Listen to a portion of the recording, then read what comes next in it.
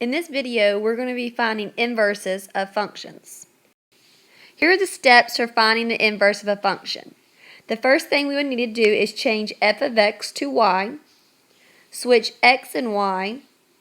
We would then solve the equation for y, and then finally we will write our inverse notation with f to the negative first power of x. So f to the negative first, it represents the inverse function.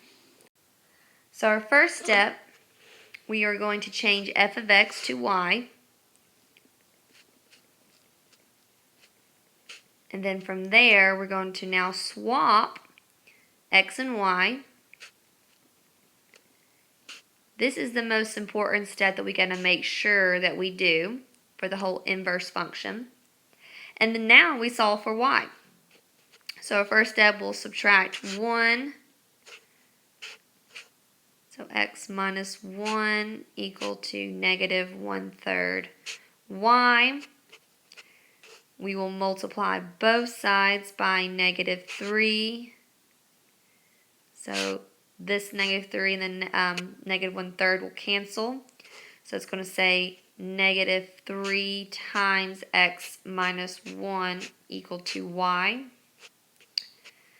And then from there, of course, we got to distribute that negative 3. So we'll say y equals negative 3x plus 3.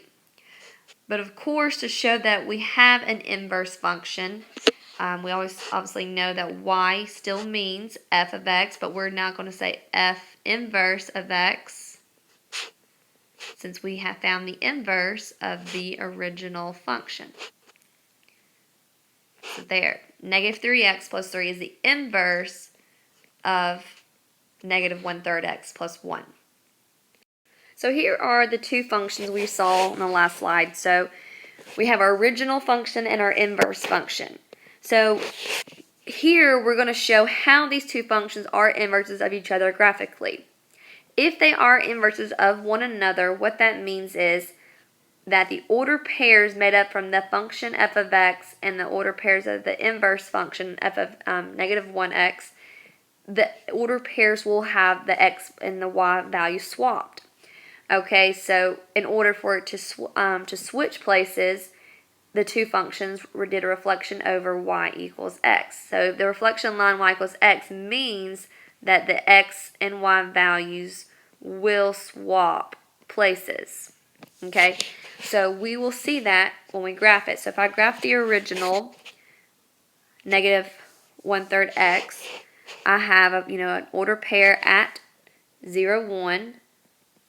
If I graph another one, I will have negative 3, 2. Okay, and then I'll have another one at 3, 0.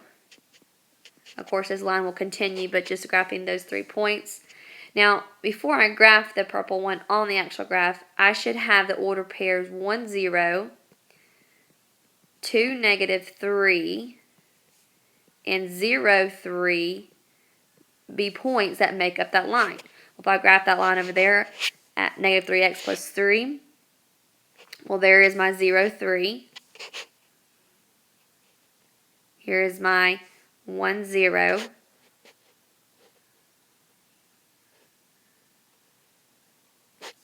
Now, I graphed up there negative 1, 6. If I want to graph 2, negative 3, it would be right there. Again, it will still show a reflection.